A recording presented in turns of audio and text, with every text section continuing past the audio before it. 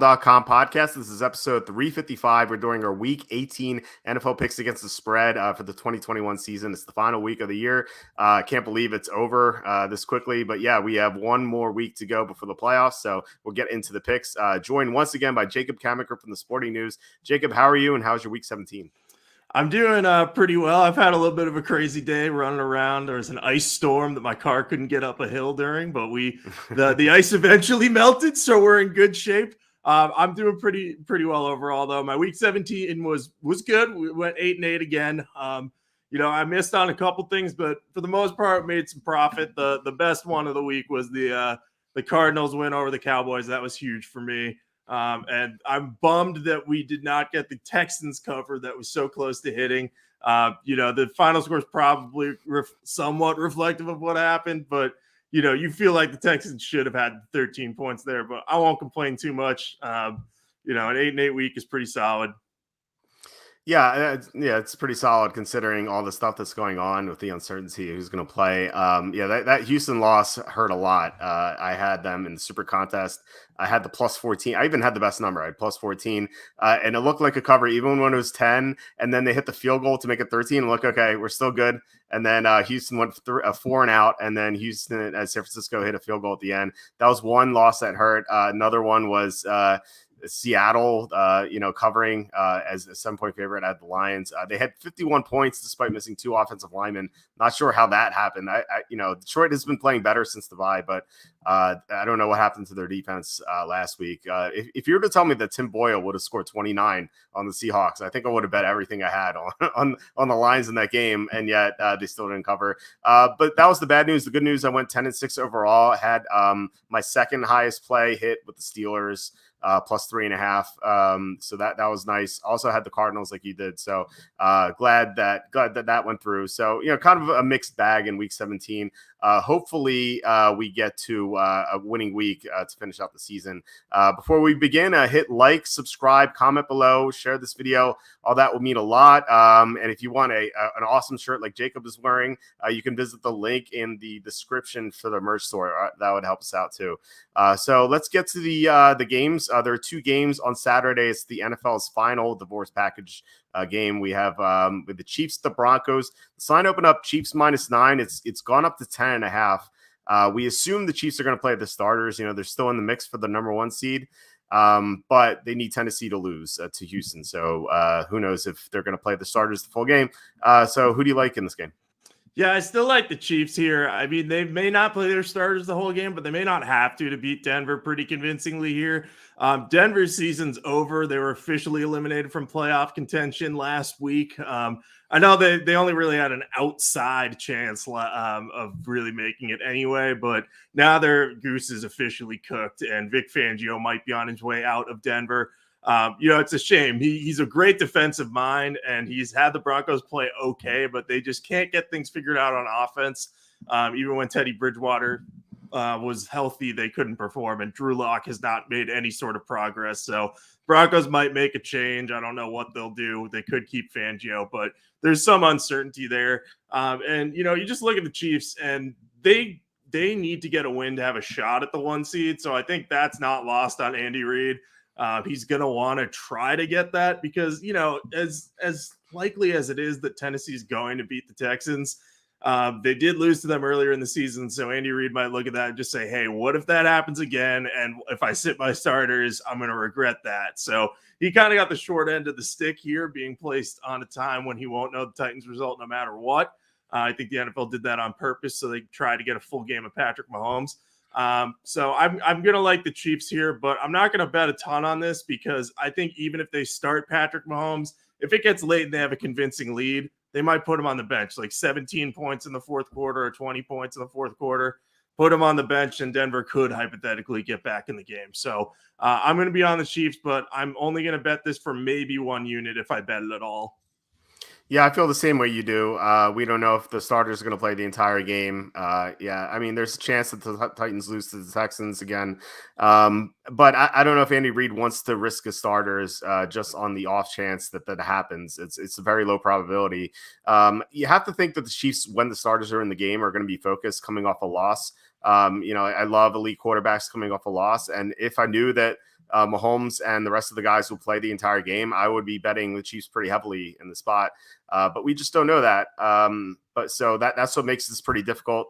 The Broncos are dreadful. The Drew Lock is starting again. Bridgewater has already been ruled out, and Lock is kind of banged up. Like he left the game last week for a couple of drives. We don't know if he's 100%. So that's another knock against Denver. And also, if the Chiefs are up big and Chad Henne comes in, they're going to run the ball a lot, and Denver's pretty bad against the run. So that's another way that they can cover, just preserve the lead by running the ball. So I'm on the Chiefs with you. Maybe a unit, like you said, but I'm not going to go crazy at this one. Yeah, it is a bummer because coming off that loss to the Bengals, you'd think like, oh, the Chiefs are going to want to like pour it on and just get in rhythm before the playoffs. But Andy Reid is always super cautious when it comes to playing his starters. So if he sees an opportunity to sit them late, I think he will do it. And Andrew points out the Chiefs could fall to 4 seed, though. Yeah, they could. But I mean, no matter what, they're going to have an advantage over their matchup. And the Chargers could end up being the 7th seed if the Chiefs are the 2 seed. And I think that they've lost to the Chargers before, and Justin Herbert's a great quarterback. So if you have to choose between them and playing maybe Mac Jones or Carson Wentz, they might be okay with that. I don't think that they're going to face like significantly improved competition if they fall to the 4 seed. Yeah, I don't think teams really care, just as long as they have a home game in round one. I don't think they really care too much. Like I don't think the Chiefs are going to be like a lot less likely to win the Super Bowl if they're the 4 seed rather than 2. I mean, obviously they'd rather have the 2, but I don't think they're going to risk injury just to get the 2.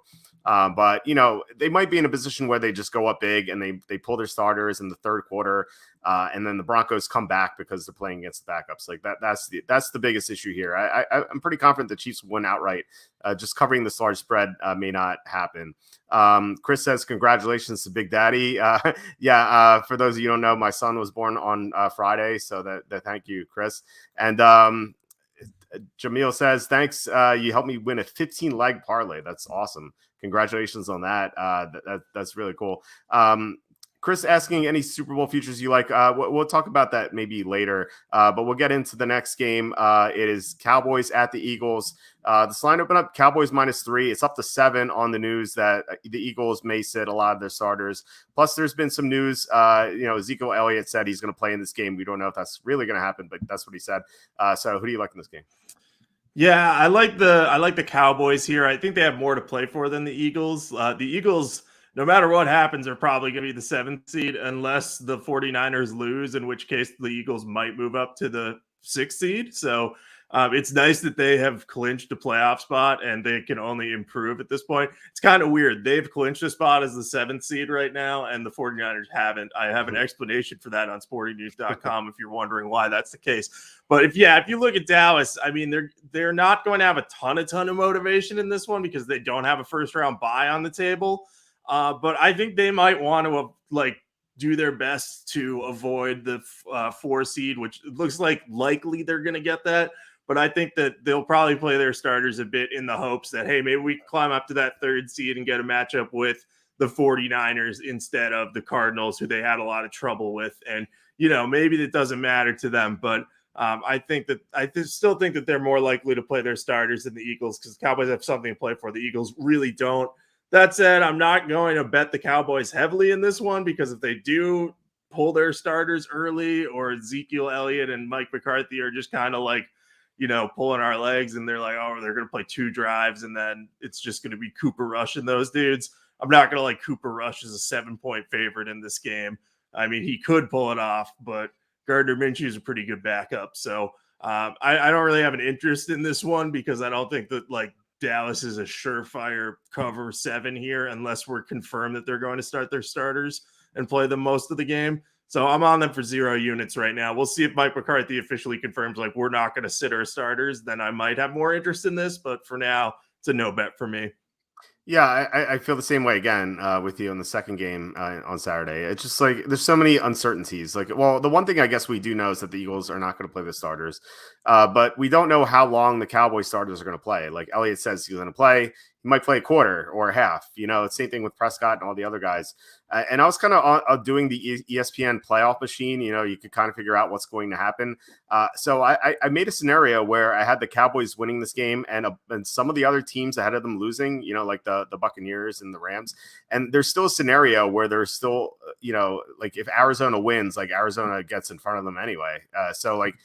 It's a tough spot because even if Dallas wins, they could get the number 2 seed and the Eagles would be 7, and they'd have to play again, and the Eagles will see their game plan. I think it would be insanely stupid for the Cowboys to do anything here. And I suspect that maybe Mike McCarthy later in the week, well, who knows? He's not a good coach, but maybe he'll figure that out, that he shouldn't play his starters, or maybe he shouldn't play his starters beyond a quarter or something. We might see a vanilla game plan. It might be like a lackluster performance for Dallas. But with that said, I'm still in Dallas. Like the Sharps bet this up a lot, and they may know something. So that's the only reason why I'm going to be on the Cowboys. I don't have any interest in betting this game just because we don't know what's going to happen. Yeah, there's too much uncertainty. And you raise a good point, because if Dallas does climb up to number 2 and they play the Eagles again, they're going to have to develop a whole new game plan in 1 week and try to catch the Eagles off guard or put them at a significant disadvantage, because the Eagles would be bringing all their starters back. And that would give them a good chance to throw new looks at Dallas and confuse them. So, yeah, that's another reason why Dallas could pull their starters. So we'll have to see what happens here. Yeah. Thanks to everyone for the congratulatory post. It's definitely awesome. Okay, let's move on to the Sunday games. The Packers at the Lions. Some interesting line movements in this game. The Lions actually open up as favorites. They're 1-point favorites for a while. Now the Packers are favored by 4. I don't know if that means someone knows something, but I don't think Aaron Rodgers is going to play. I think I heard he wants to play, but I'd be surprised if he does. So with that in mind, who do you like in this game? Yeah, I like the Lions. I liked them even when the line was +2.5. I didn't love them, but I thought, hey, they're going to have a good chance to win this one, because we saw what Jordan Love looked like in his one start against the Chiefs. And granted, the Lions defense is not the Chiefs defense, but I anticipate that the Packers are going to be resting a lot of their starters. Like maybe they would let Aaron Rodgers play a drive or something, or maybe they let him play a half because he wants to fight for the MVP. And if he misses another game, Tom Brady could pass him or whatever. But I don't think that they're going to say, hey, Aaron Rodgers, go win your second straight MVP, when they have the opportunity to say, hey, Aaron Rodgers, go take 2 weeks off and let's get to the Super Bowl for the first time in 10 years. I think that's more important to them by a long shot. And I know that the Lions aren't in an ideal situation at quarterback. Tim Boyle actually hasn't been awful. He threw, I think, 1 touchdown and 13 interceptions in college, which is just mind-numbing that, you look at those numbers, you're like, how did he make it in the NFL? But he was okay. He's been okay. He's getting a little bit better. He's not going to be elite, but he looks like an okay backup. And Amon-Ra St. Brown is stepping up. DeAndre Swift didn't play a ton last week, but maybe he's healthier. Maybe they give him a little more workload here. And again, I think the Packers defense is probably going to sit a lot of their starters, make sure guys like Kenny Clark, Jair Alexander hasn't been playing lately, but all their cornerbacks, I imagine they'll want to keep out so they don't have to play Kevin King that much in the postseason, because that's been horrible when they have to do that. So with all respect to Kevin King, I'm sorry, I pick on him a lot. But yeah, I think that the motivation for the Packers here is nothing. They're playing for literally nothing. They have the 1 seed wrapped up. They might sit their starters. And Detroit's going to see this as an opportunity to close Dan Campbell's first year with a big win over a division rival that, is a legit Super Bowl threat. And yeah, they're sitting their starters probably, but Dan Campbell can spin a win here however he wants. So if we're getting +4, I really like the Lions. I had them listed at 0 to 1 unit at +2.5, but I probably go 1 or 2 units at this new number. Yeah, well, maybe Rodgers plays to convince that hub guy that he deserves to be MVP, as Chris brought up. I don't understand that mindset at all. But yeah, I think you can make the case that maybe the Packers think they need to play their starters because of what happened. What was it, 11 or 10 years ago against the Giants? But it's a different team, and they have some banged up players like Bakhtiari and Jair Alexander who haven't played. You're obviously not going to rush those guys back, and they have injuries on the offensive line. You don't want to lose anyone else. And so as much as Rodgers wants to play, I feel like he's going to be convinced that it's not for the best, and he's going to sit out. So with that in mind, it's going to be Jordan Love as a 4-point favorite. He could barely score against the Chiefs in that one start with the starters earlier in the year. So granted, the Lions defense is a lot worse as we saw last week, but the Lions try hard. Like, even though they got blown out last week, they were still trying hard. They tried to make a comeback. It was just like Seattle treated that game like it was the Super Bowl for some reason. Russell Wilson was just going nuts. The Lions could do nothing to stop it. But they're not going to have they're not going to have that many issues with Jordan Love. And so we get 4 points with them.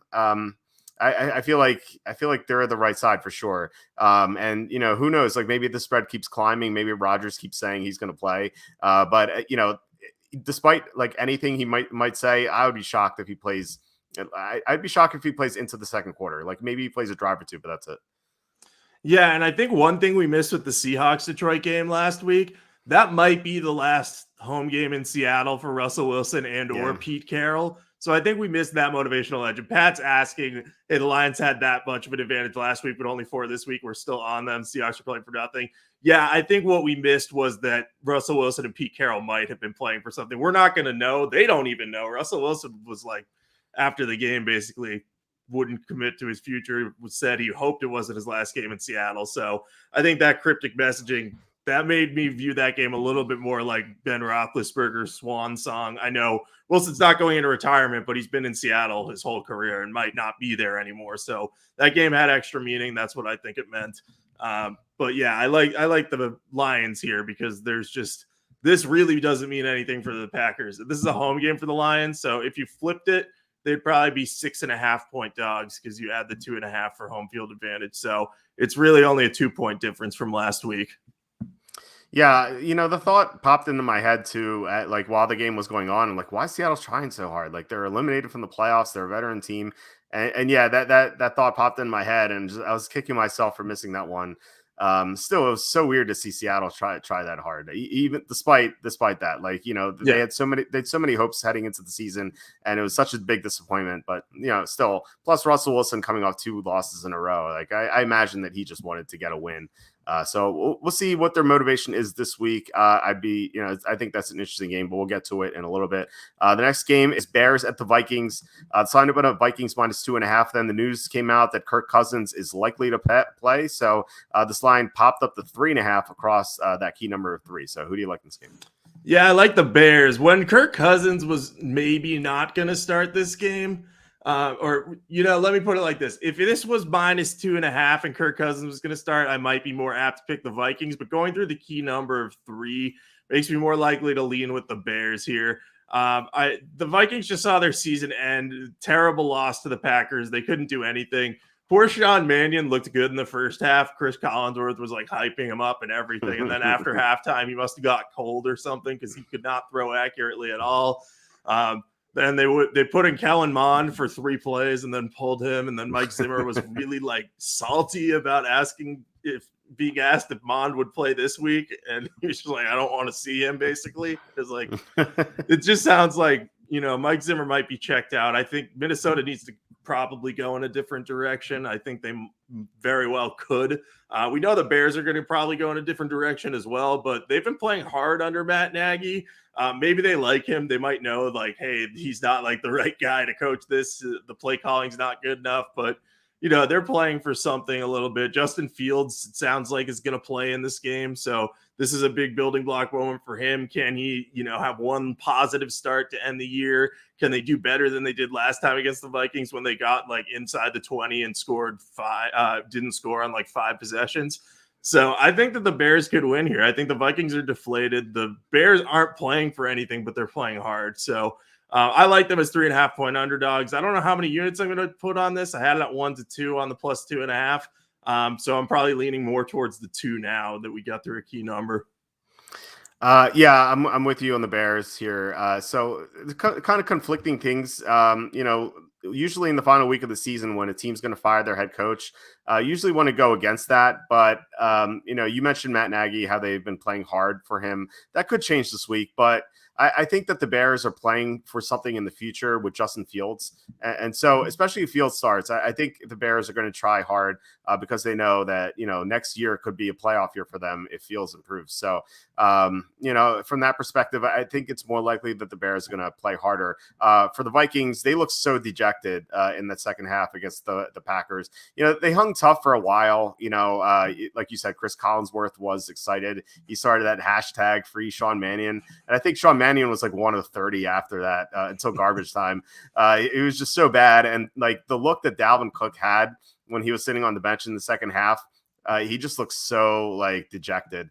And I just don't know how the Vikings come back from that. And you look at the last match that they had 3 weeks ago, or maybe 3 or 4 weeks ago, the Bears outgained the Vikings in that game 370 to 193. They lost. You mentioned all those red zone, incompetence that they had.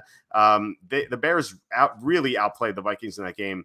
And the thing is, Jason Peters didn't even play for the Bears. And now Peters is going to play. He was back last week. Akeem Hicks is back. He looks great. The Bears, I think, are the better team right now. The Vikings have a lot of issues with injuries. They lost their pass rushers, during the year, and they can't cover anyone. They can't stop the run. It seems like the Bears should win this game. I think there's a good chance they play harder. So this is going to be like a medium bet for me.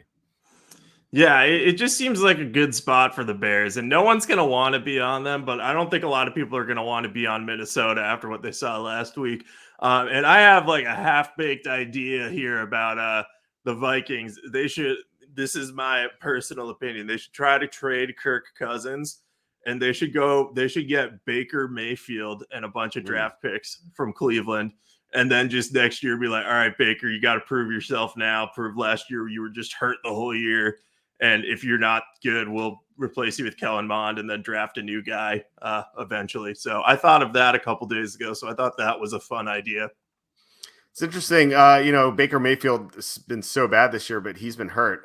Week 2, he got hurt, and then he came back and was like pretty good. And then he got hurt again. He hurt the same shoulder against Arizona when JJ Watt fell on it.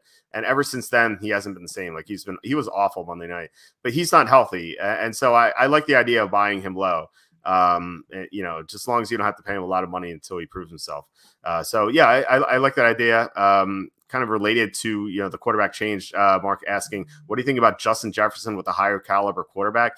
Not just that, but like a quarterback the Vikings have confidence in and are willing to throw the ball a lot. Like there's some games this year where they just didn't throw. Like I remember against Baltimore, they came out to a big lead and they just sat on the ball. They just started running again against Baltimore's strong run defense. And it's like, what are you doing? Like, you want to throw the ball against that secondary, and they just didn't do it. So, like, if they have a better quarterback and they're more confident in him, like, yeah, Justin Jefferson is going to explode.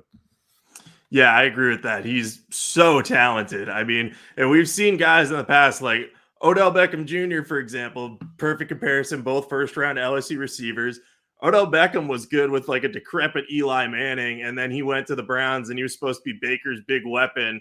And he never turned into that because of injuries and chemistry issues. And now he's in Los Angeles with Matthew Stafford. And I know his numbers aren't huge, but that's because Cooper Kupp's siphoning a lot of yards.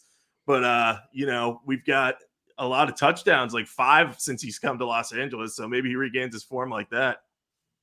Yeah, for sure. Deborah says, please tell your wife congrats as well. Yeah, definitely. Yeah, she deserves all the credit. I will. Your dad asks, are you getting any sleep? A little bit. A little bit. At the hospital, I got no sleep. Just warning everyone who may have a child in the future. They say at the hospital, they're like, sleep when the baby sleeps. But the problem is that nurses come in every 20 minutes. And so you just don't get to sleep at all. It was a rough few days. I felt like I was sleepwalking for a while. Anyway, next game we have Colts at the Jaguars. The line open up. Colts minus 15. It's up to 16 in some books. Still 15.5 in some others. So who do you like here? Okay, so I like the Jaguars a lot. Which sounds crazy. Like that's enough to make you uncomfortable. But this line is just way too high. I mean, the Colts are a really good team when they play well, but they haven't played well lately. Carson Wentz doesn't inspire much confidence. And I just don't think that they're going to blow out the Jaguars in this game. Like the Colts need to win this game. So it's an Aurora Snowmo effect. Everyone thinks they're going to win this. And the NFL will actually legitimately plunge into chaos if they don't, because I'm pretty sure if the Colts lose, then a tie on Sunday Night Football would get both the Chargers and Raiders in, which is like an NFL nightmare. Like, I'm sure they would actually play the game, but you just never know. They just go out there and take knees for 3 hours. That would be kind of legendary in some ways. But anyway, since the beginning of 2016, the Colts have a record of just 6-5 against the Jaguars. They've weirdly struggled against them. We saw it earlier this year. They only beat them by 6, and they actually haven't won in Jacksonville since 2014, which is just mind-blowing. And I know there were some good iterations of the Jaguars team at that point. They had an elite defense. They went to the AFC title game despite having Blake Bortles because of that defense, and realistically had a shot at the Super Bowl. They were up late on the Patriots in that game. If they had a better quarterback, they'd probably get there. But yeah, I just don't trust the Colts on the road in Jacksonville as this huge of a favorite. And I know last week Jacksonville got absolutely demolished by the Patriots. And what might Jacksonville be playing for? They don't have a coach on the roster right now. I think that Trevor Lawrence maybe steps up, sees an opportunity for the first time to be like, hey, I can have maybe a signature game here, keep my team close, and try to knock the Colts out of the playoffs and shock the world for the second time this year after what they did against the Bills, though that was largely defensively. But anyway, I think the Colts still should win, but this line is just way too high. It's risen too much, and I just don't like them on the road as this huge of a favorite. I think that they're going to struggle a bit. Carson Wentz might have trouble against this Jacksonville defense like he did earlier in the year. And if the Jaguars can at least slow down Jonathan Taylor, they can keep this within 10 points possibly. So I'm going to be on the Jaguars for 2 to 4 units, depending on what the injury report looks like. Yeah, I love the Jaguars as well. So not uncomfortable, as you said. I think this line's way too high. The advanced spread on this game was 8.5, and it's climbed all the way to 16, almost doubled what the line was. Like you really don't see that sort of line movement. And the reason why it's moved so much is because the public knows that the Colts have to win this game. But as we know, that doesn't mean anything. Teams that have to win, first of all, they're not good to begin with. And second, they tend to choke late in the year, which is where Aurora's Nomo comes into play. And, I don't think these teams are, that far apart. Like, I know their records are like, there's a huge disparity between the records, but they played earlier in the year and the Jaguars almost won the game. I think they lost by 6, but they outgained the Colts and they averaged more yards per play. The reason why the Colts won is because they had a blocked punt return for a touchdown in the first quarter. If you take that out, the Jaguars outscore the Colts. So I like the Jaguars here. I like how they match up against them on both sides of the ball. The Jaguars are better against the run than the pass, and to beat the Colts, you have to stop the run. So the Jaguars, they're still going to allow some big runs to Taylor. They did in the first game. Taylor had a huge run at the beginning, but then he didn't really do that much. So I feel like Taylor could break a run or two, but I think for the most part, the Jaguars could limit him. And on the other side of the ball, you have Trevor Lawrence, who's kind of imploded last week. He's had some really bad games this year. And he's a rookie quarterback, so most rookie quarterbacks struggle with pressure. The thing is, the Colts have the least pressure, have the lowest pressure rate in the NFL. So they're not going to be able to pressure Lawrence that much. So I think he could have a decent game here. And so I think the Jaguars are definitely going to keep this close. It would not even surprise me if they won outright. I would not be shocked by that at all. I know, like you mentioned, Chris mentioned as well in his comment that the Colts haven't won in Jacksonville since 2014, and like I've seen people post that a lot. But I don't think that people who post that actually believe that the Colts are going to lose this game. They're like, maybe they keep this close, but this line is high for a reason, and people are betting the Colts. But I think the Jaguars have the Colts number for a reason.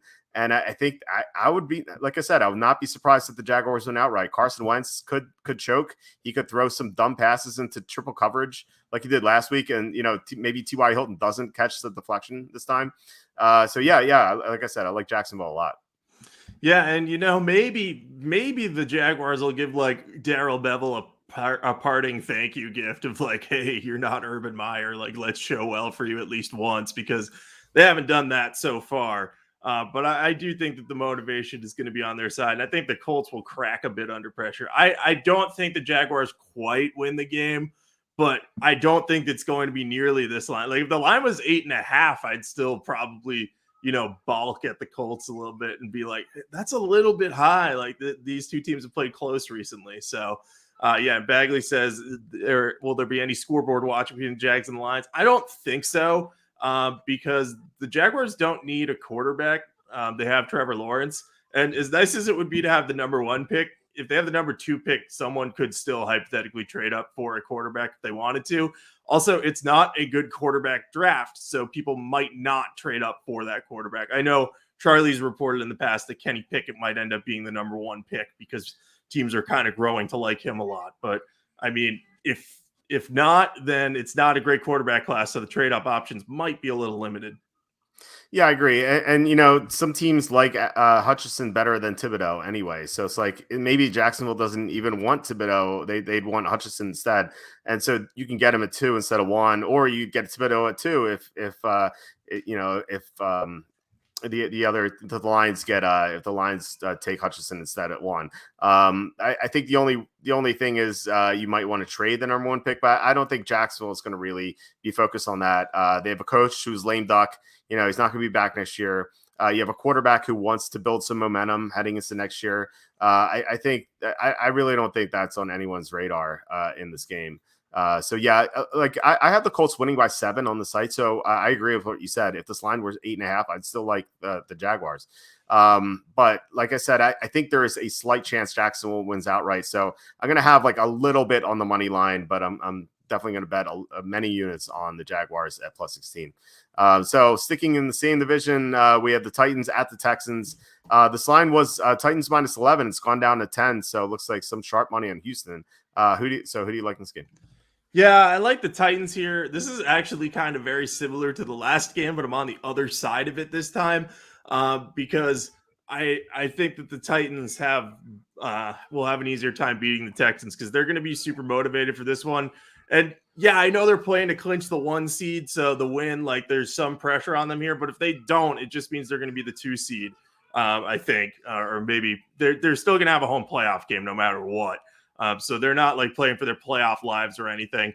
But what they are playing for is revenge on the Texans. The Texans surprisingly beat the Titans earlier in the season. Ryan Tannehill had a horrible game through 4 interceptions, 5 turnovers from the Titans. So the Texans earned a 9-point win there. But if you look closely at the box score of that game, it's absolute madness that they lost that. They outgained Houston 420 to 190. So it was literally all about the defensive or the offensive miscues on Tennessee's part. And that was shortly after they lost Derrick Henry too. They hadn't figured out a running game yet. They had Adrian Peterson still, and Deontay Foreman was running a bit, but he wasn't getting like a bulk of the carries. I think with Foreman now, they've kind of established like he's our backup. He's going to be our lead guy as long as Henry's out. So I think that they'll run better on Houston with him. And so this line seems a little high to me still, but I still think the Titans are the right side because they're going to be highly motivated and they're going to want to try to crush Houston. I think at -10, I'm going to be on the Titans. I've got 1 unit down. I'm not overly interested in betting them as -10 favorites, but Houston only scored 7 points last week against the 49ers, and the Titans have a pretty good defense. So I think that the Titans could shut down Davis Mills. Yeah, I think they will too. I really don't see how the Texans keep this close outside of like maybe turnovers, weird things happening. Like we saw in the first game. You brought up how the Texans beat the Titans, but they really were outgained by a lot. And as you said, that was when Derrick Henry went out. Like Henry's not back. He will be for the playoffs. We know that now.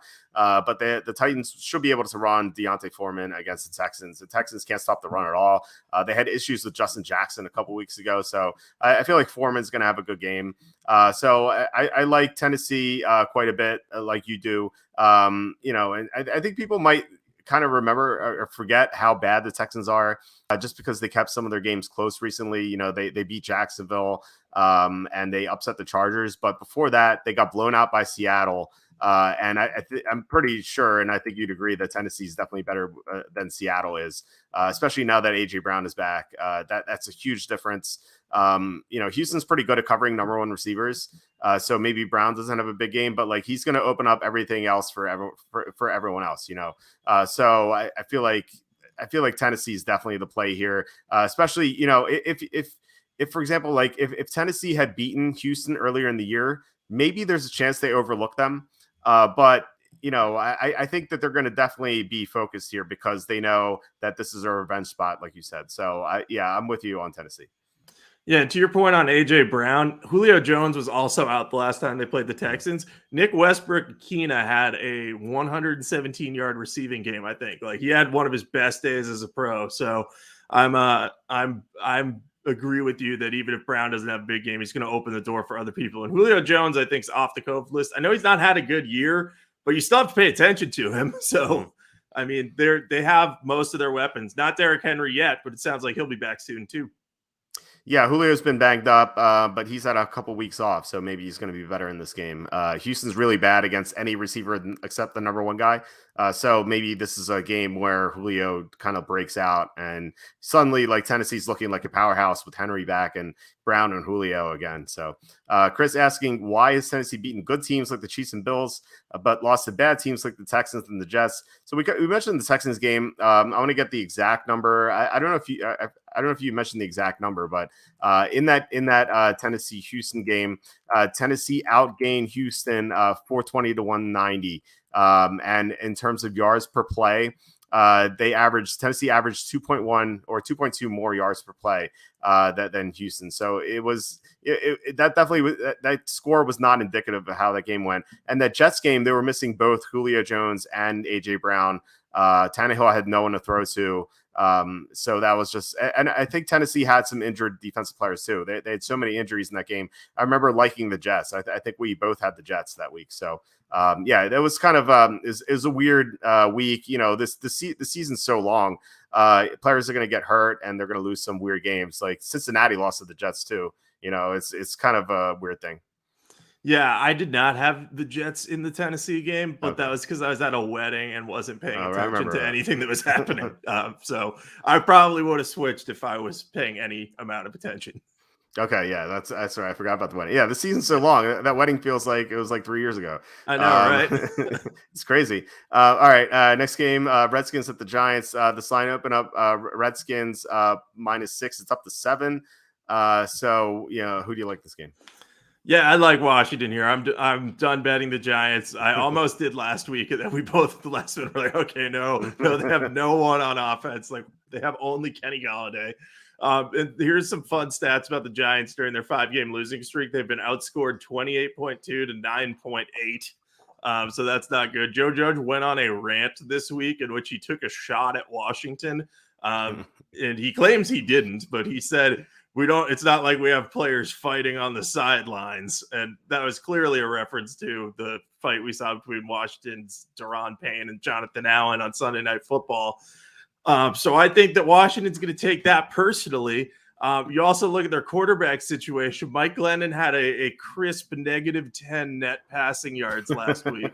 That obviously includes sack yardage, but it's just horrible. And if you look at how the Giants match up with Washington, they did not do well against them earlier in the season. Taylor Heineke had a season high 336 passing yards in what was a surprisingly high scoring game. It was 30 to 29. Washington ended up winning. But it's important to note that Daniel Jones played in that game. And Washington always does poorly against Daniel Jones for whatever reason. They're going to be much better being able to tee off against Mike Glennon or Jake Fromm. They're going to be more statuesque in the pocket, and they just don't have any weapons. So I think Ron Rivera is a much better coach. He's going to be motivated. His players usually show up and play hard. Didn't happen in that Dallas game, but there were extenuating circumstances around that with the DeShazer Everett car crash happening a few days before that game. So I think that if Washington gets to 21 points in this game, it's going to be really hard for the Giants to match it. So I'm going to be on Washington at -7 for 1 unit. We moved to another key number going through 6 and up to 7, but I still think Washington should be the favorite side here. Yeah, so right now I'm on Washington as well. It really depends on the injury report. So you mentioned how we were both on the Giants early last week, and then we both switched to the Bears.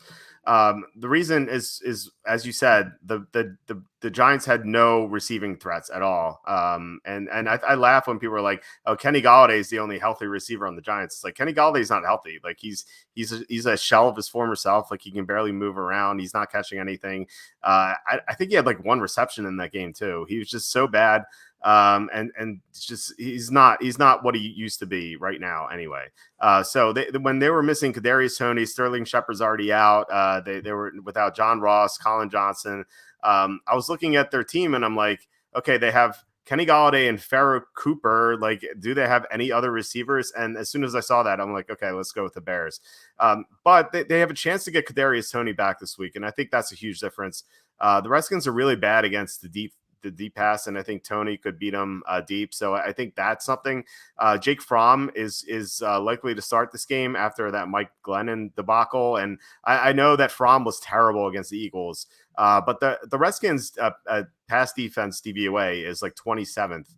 Whereas the Eagles are slightly above average. So this is a much easier matchup for Fromm, and I think that I think there's more of a chance that Fromm does well than Glennon, despite what we saw against the Eagles. So given that Fromm's going to play and Toney was limited Wednesday, so there's a chance he could come back. I might find myself on the Giants, but I'm on Washington right now. So I think if for sure if Toney plays and this line stays above 7, I'm going to be on the Giants, despite how terrible they've been recently. Yeah, I don't know if I'll get myself to that point, even if Toney plays. Like, I would love it because I like Kadarius Toney and I like Jake Fromm too. I'm hoping he shows better if he does start. I still like Fromm better than Glennon because Fromm at least has some amount of upside. If you look at Glennon's career earnings, it's just shocking how much he's made, and he's almost never want to start. And like, hey, good for him for being able to do that, but I don't understand why NFL teams keep bringing him in as a top backup and then turning to him and being like, "Oh, this isn't working at all." No, I mean, he throws a pretty ball, but the problem is it's so uncatchable. Like he just fires passes with no touch at all at his receivers, and so that's why there's so many drop passes. He's just so bad. I'm ashamed of myself that I bet on him earlier in the year. It's just terrible. I can't find. Oh, here it is. Andrew asks, football team or Colts in Survivor. I would go with the Colts, even though we just said that. I just said that there's a chance that the Jaguars win. I think there's more of a chance the Giants win. They're 7-point dogs instead of 16-point dogs, especially if Toney plays. Like if Toney plays, I think it's no doubt the Colts. If Toney's out, maybe you can make a case for the Redskins, but I still would go with the Colts. Yeah, I would also go with the Colts. I don't think the Colts are going to lose to the Jaguars. I think it's going to be close, but I think they ultimately escape. Washington, I think they're going to show up and play well in this game and cover, but, who's to say maybe Taylor Heineke implodes and isn't as good as he was against the Giants last time. You just don't know. They don't have a lot of offensive weapons right now. I don't know what Antonio Gibson's status is, and Terry McLaurin's there, but he's having a down year because Heineke's having trouble getting him the ball more than anything else. Yeah, and the Giants have a good pass defense. Yeah. It's been their offense that's been a disaster. Last week they allowed a touchdown right away on the first play. Their offense gave the Bears how many points? 12, 14, something like that. They just couldn't compete because the offense was so bad. But like I said, if Toney comes back, that's the game changer. He's so talented that the Giants are going to have a chance to score against the Redskins 27th ranked pass defense DVOA. So speaking of bad pass defenses, the Ravens are hosting the Steelers. They're 5.5-point favorites. They opened at 4.5. There is news that Lamar Jackson may come back this week. Not guaranteed yet, though. So now it's -5.5. So who do you like in this game? Yeah, I like the Steelers here. This game's kind of rough. I feel like I'm not super interested in betting it, but I feel like the line's off a little bit. Both teams have a very slim chance to make the playoffs. So, they're both playing for something, but at any point in the game, it could be like, all right, the Colts are crushing the Jaguars. Both of you are eliminated from the playoffs, no matter who wins. And then, the motivation level could drop. So they're like, both hypothetically still alive, but I think it's highly unlikely either gets in. So I look at this line and I'm like, all right, are the Ravens really 5.5 points better than the Steelers? I mean, definitely they're a better roster, but their pass defense is just so bad right now. We don't know how healthy Lamar Jackson's going to be if he plays. He doesn't have great protection right now. They've endured countless injuries on the offensive line and obviously at running back. So Devontae Freeman has done well this year, but I feel like I just feel like I wouldn't trust him against the Steelers, who really showed up on defense last week. That said, the Steelers are coming off an extremely emotional Monday Night Football win. They're going to be flat in this one. They know that they're not really in the playoffs. And even if they do somehow make it, they're going to get crushed by whoever they play in all likelihood, because they would probably line up for another date with the Chiefs. And we saw how the first one went. So they know that they're not close to a contender. So last week's game was huge for them. They got their win. They sent out Big Ben the right way at home. So, if they don't show up, the Ravens could blow them out and get revenge for that 1-point loss they had earlier in the year, which really hurt the Ravens' playoff chances, even though Harbaugh made the right call going for 2. But at the end of the day, I still think this is a little too high. The Ravens-Steelers games are often close.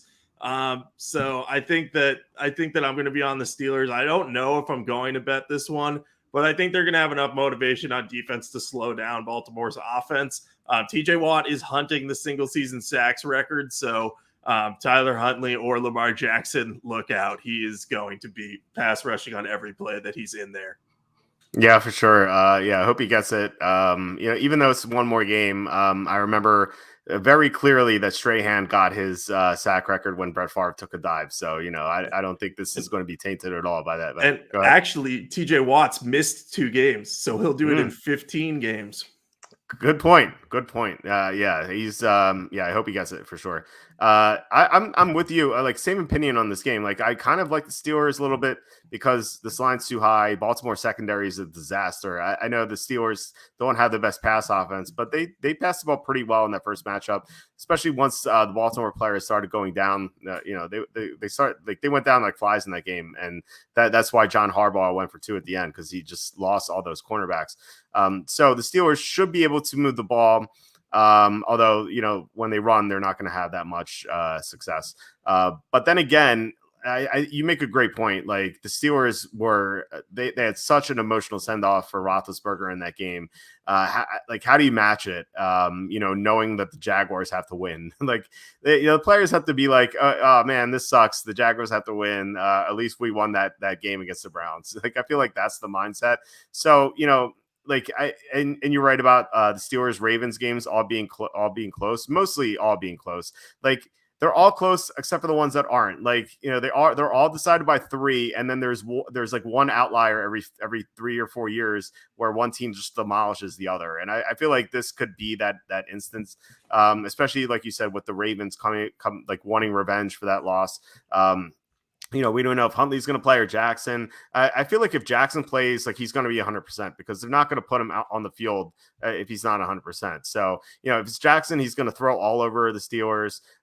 If it's Huntley, he's played well as one of the better backups in the NFL. I feel like he's proven to be. But I feel like regardless, Baltimore is going to be able to run all over the Steelers anyway. So, long story short, I kind of like the Steelers, but this is a tough game to handicap. I'm not going to bet it. Yeah, it's just not a good spot to bet anyone in because, Lamar Jackson, hypothetically, they would not put him in if he's not 100%. I don't think they should put him in regardless. He could be 100%. I would say don't do it because what's the best case scenario? You make the playoffs as a 7 seed and get crushed by the Chiefs, and maybe he gets injured again. I mean, I get it. You're still fighting for something, but Tyler Huntley has looked good. It's amazing that he went undrafted out of Utah. Looking at that, the Ravens have a really keen eye for talent, so credit to them for that. Yeah, definitely. I mean, they've had one of the best front offices in the NFL for a long time. Yeah, it's another great, not a draft pick, but a great pickup for them. All right, last of the early afternoon games, it's the Bengals at the Browns. This line opened up Bengals -3, and now it's Browns -6 because news came out today that Joe Burrow said he does not expect to play. Joe Mixon is out already. So you imagine that Jamar Chase and T. Higgins will be out as well. So with that in mind, with this 9-point line move, who do you like this game? Yeah, this is a tough one to pick because this is a classic, the Bengals are sitting their starters, but they're also a good team playing a backup quarterback. But how many of their starters are going to sit? That's how that's tough to figure out. And Cleveland, they're sitting there starting quarterback too. But at this point, Case Keenum is better than Baker Mayfield because, he's not like the walking wounded over here where Baker Mayfield doesn't basically have use of his left shoulder. So I think Keenum might be an upgrade, if anything, break even with him. But I also don't think that the Browns have that many weapons. They have literally nothing. Like Donovan Peoples-Jones will make the occasional big play, and then we'll drop literally everything else. Austin Hooper is a comedy of errors at tight end. Watching that Monday night game, it was hilarious because every time they'd go to Austin Hooper, something just absolutely terrible would happen. He would drop it. He'd almost get hit by someone and then take his eye off the ball. It's amazing that he's one of the highest paid tight ends in the league right now. So, I don't like this game. I'm very torn on it, but oh man, if the Browns play their starters on the offensive line, I think they're probably the better bet, but I don't know if I want to give them 6 points. So I'm going to do something cowardly and let you go before I officially give my thoughts here. But I had written down Bengals at -3 if Burrow plays. So I'm truly undecided on this one. Okay. I actually liked the Browns when Burrow was going to play at -3 because the advanced spread was Cleveland -3, and so this line moved 6 points. I know Baker Mayfield was terrible Monday night, and at that point I wasn't sure if he was going to play or not. But I just thought that given how embarrassed they were on national TV, that they would come out with a better effort. Cincinnati is pretty weak to the pass, especially against tight ends, and Cleveland has so many tight ends. I know that Austin Hooper sucks sometimes, but Njoku makes some big plays. Harrison Bryant always seems to catch a touchdown. So they had guys at their disposal where they could beat the Bengals defense. And then you had on the other side of the ball, I feel like, obviously you have Joe Burrow and all those talented receivers, but I feel like the Browns with Myles Garrett coming off a bad game, I think he would have played better. And I'm still not completely sold on Cincinnati's offensive line. So I think we saw the Browns just demolish the Bengals in the first matchup. So I feel like, maybe just the Browns might have an edge against the Bengals. So that was my thought process when this is +3. But now this is -6, and Joe Burrow is not going to play.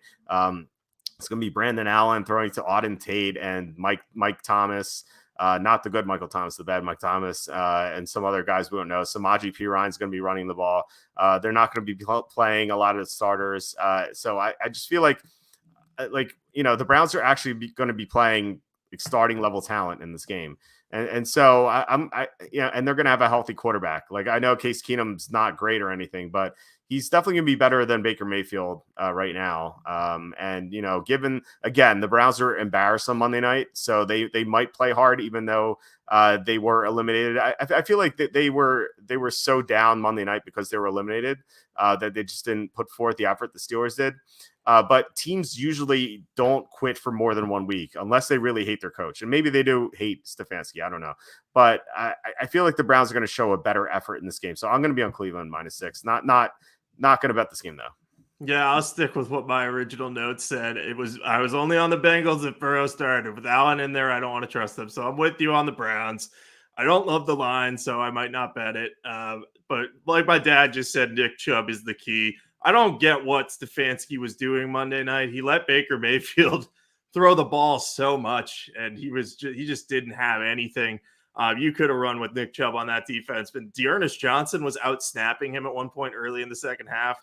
Lewis Riddick was going to have or it might have been Brian Greasy. They sound very similar. They have very similar voices. But they were losing their minds about Stefanski not giving Chubb more carries. So I don't know if that's a preservation of Nick Chubb for next season thing, which, makes some sense. But, if they get him going and have a healthy quarterback, they should probably win this by 6 because the Bengals aren't playing for anything but to get Joe Burrow healthy. Yeah, so the way you can tell the difference between Brian Greasy and Louis Riddick is that Brian Greasy is overly impressed by ESPN's graphics and will laugh at them no matter what. So Yeah. that is how you tell the difference between them. Gateway Partners asking, will Mayfield keep his job after he imploded? So we were talking about like how he's not been 100% at all. Like he's been nursing like a really like injured shoulder. He's not even going to play in this game because he's so banged up. Like frankly, he shouldn't have been playing like during the second half of the season. Like the only reason he did is because the Browns still they had a chance to make the playoffs. And you can like criticize Mayfield like for this bad year, but I think still like he proved that he's tough. Like he's going to play through the injury. So I'll give him credit for that. And I think the Browns know that, and I think they know that he's banged up. So I think they definitely give him one more chance. Yeah, I do too. They're either going to have to trade him for like an upgrade, a quarterback as part of a package. Someone will do a buy low, like what the Jets did with Sam Darnold to the Panthers last year. Of course, Mayfield's actually had success compared to Darnold, so the price for Mayfield would be higher. But anyway, yeah, no, I think that they'll give him one more chance. Like, if he comes back next year and is healthy and doesn't show any growth, then yeah, they're not going to bring him back. But I think all this talk of like, hey, he's like a massive disappointment, I think that's premature because he was playing through a lot of injuries, and we've seen dudes like, try to play through shoulder injuries and stuff before and not look as good. And Chris is asking if Mayfield's ever looked like a franchise quarterback. I don't think he's ever looked like a franchise quarterback, but people are quick to dismiss him. Last year, he helped lead the Browns to a playoff win over the Steelers, who started the year 11-0. I know the Steelers weren't as good as that record indicated, but he was a solid quarterback. What they're going to have to find out is, can he ever be really like a solid, like great quarterback all the time? Or is he going to be more on the like average to like mid-level starter? Is that his ceiling? I think that's what we're not going to see yet. I don't think he's going to be an elite player, but we'll see if he can become like a poor man's Drew Brees type, or if he's going to be closer to Andy Dalton. Yeah, it kind of reminds me of Kirk Cousins when he was in Washington. Like they kept franchising him, and they never really wanted to give him a big contract, and then Minnesota did, and Minnesota had to say goodbye to so much of its talent that like I feel like that's the issue with Mayfield. Like I feel like he's proven that he can win in the playoffs. Obviously, like you said, against the Steelers, and they kept that game close against the Chiefs. The issue that is that, like, if you give him a big contract, he's not going to have that much talent around him just because he's going to command so much capital. That's the big problem with Mayfield is like he's not good enough to be a franchise quarterback and get that money, but he's still like good enough where you want to have him on your team if he's healthy. So that's the issue with him. I will say I would like to see him with a true number one receiver. And I know we can make the argument that Odell was supposed to be that, and I totally get that, but he just didn't have chemistry with Odell, and the rest of the receivers are just so bad. Like, I don't think Jarvis Landry is that good. He was at one point, but he's significantly regressed and hasn't played as much. So I want to see them address receiver if they're going to keep Mayfield as the starter. Yeah, I mean there are good receivers in this draft class. There's so many. I feel like 4 or 5 are going to go in the first round, so maybe they'll get one of them. All right, let's move on to the late afternoon games. Before we do, please hit like, comment below, subscribe, share this video. All that would mean a lot to us. So yeah, we begin with the Patriots at the Dolphins. This line was Patriots -6.5. It's up to 7. So who do you like in this game? Yeah, I like the Dolphins a lot here. Like on paper, you'll look at the Patriots and say, hey, they might be the right side here. They're still competing for a title. The Dolphins were just eliminated. And I know it's not great business to bet on teams that are just eliminated, but I think this matchup will mean something to Brian Flores, and he'll want to finish the year with a win over Belichick because that would give him a season sweep over the Patriots. It would be a good sign for the team too. And New England has had its share of struggles over the years against the Dolphins, especially in Miami. Since 2013, the Patriots are just 2-6 in Miami, which is just insane to think about because they had Tom Brady as their quarterback for most of that time. Like, I know a lot of people will be like, oh, but they definitely lost last year when they had Cam Newton at quarterback. And yeah, they did. That means they were still 2-5 in Miami when Tom Brady was the starter. And it's just like, how does that happen? Like, how are they that bad? And a lot of it was just, they just didn't play well there. They had some really hilariously bad moments, like the time Kenyon Drake had that like 75-yard touchdown in 2018, where Gronk was back defending a Hail Mary and they dumped it to Drake. That was one of the most absurd plays I've ever seen. And Gronk's back there. He's the last line of defense, and he just falls down basically. But I think the Dolphins, they match up well with the Patriots. They have a solid defense overall. They'll pressure Mac Jones a lot. They blitz nearly 40% of the time. That's the highest rate in the league. And, Mac Jones has been all right under pressure, but he's worse. Like, his turnover-worthy play percentage rises from 2% to 3.7% when he's under pressure. The problem is the Patriots don't let him get under pressure a lot. So, you kind of have to take that into account. But I think Miami will speed him up a little bit. And the Patriots defense will probably slow down Tua Tagovailoa too. Tua has not looked great over his last couple games. He'll throw bad interceptions. He really needs a better offensive line. He just gets really skittish back there.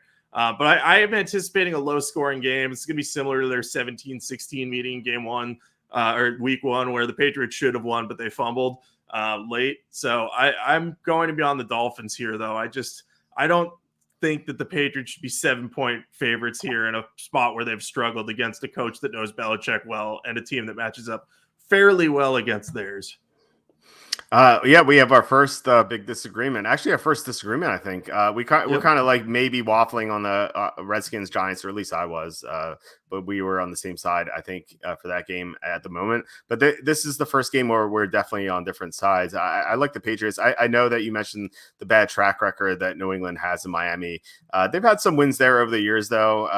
Miami is not that good of a team, even though they won 7 in a row.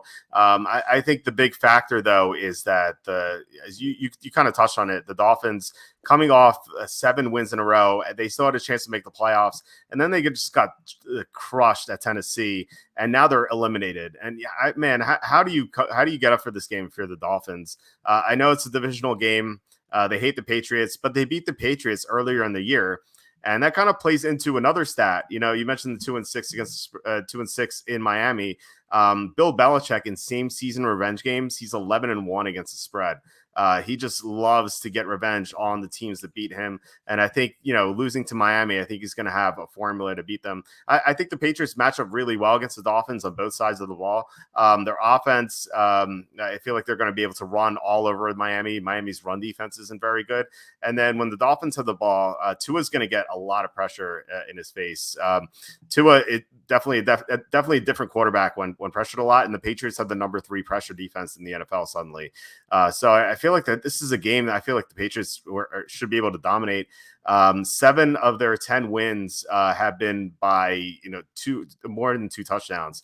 So I think this is going to be another one where they just run away with it. If the Dolphins were motivated here, if they still had a chance to make the playoffs, I think I'd be with you on this. But I just don't. Like I said, I don't know how they get up for this game.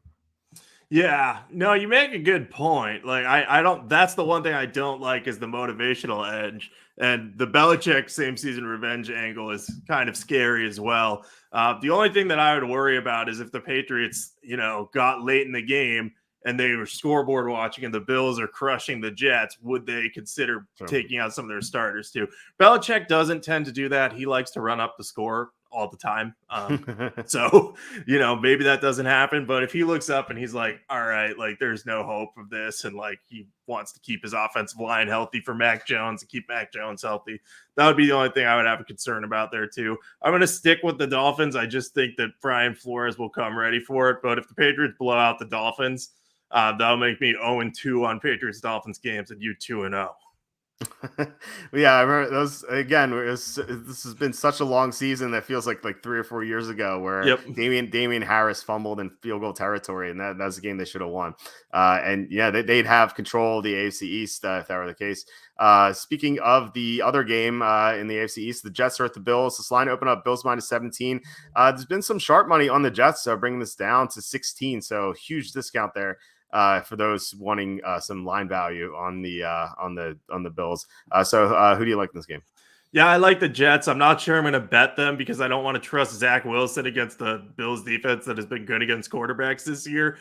But I'm hesitant to bet the Bills. They did not cover against the Falcons last week. It was a 14.5 point spread and they won by 14. It was very annoying. I was extremely mad about that one. It was probably the correct result, but they just started the game slowly despite it snowing and they let Matt Ryan play too well. So I was just angry about that. But I think that the Jets should be able to keep this closer. They've played better of late. They just played the Buccaneers really well. And I get it. They might be like, oh, we just lost in deflating last second fashion to the Buccaneers. Like, oh, that was it. That was our big game, beating Tom Brady. But I think that they'll still get up for this one because it's Robert Saleh's team. He's pretty good at motivating them. I'm not sure they're going to come close to winning this one, but I think 16 on Buffalo is just too much right now with how they've looked on offense at times, because Josh Allen did not look good last week. And I know the Falcons defense is better than that of the Jets, but I still think that if the Jets can just slow them down and force some field goal attempts, then they might be okay here. But I have no confidence in Zach Wilson, so I am not going to bet this game. But I am on the Jets right now. So I'm kicking myself for that Bills pick. I had them in the Super Contest as well, and I was like you, I was very frustrated. A little less frustrated in the Circa because that was minus 14, so we at least got the half a point there. But yeah, it was minus 14 and a half in the Super Contest. They won by 14. But I think it's still telling that they won by 14, even though Josh Allen did not have a good game. He threw some interceptions. He was responsible for that safety. It wasn't for that safety. The Bills covered the spread in that game, and I think we're maybe looking at this a little bit differently. And it's not like Josh Allen has been playing poorly. He had a great game against the Patriots the week before. He had a great second half against the Buccaneers, even though he was playing hurt at the end. So I think that, Josh Allen coming off a bad game, I think he's going to be eager to bounce back with the great performance. And he's going to be able to do that against the Jets defense that can't stop anyone. They leave players wide open. I feel like Dawson Knox is just kind of a big game.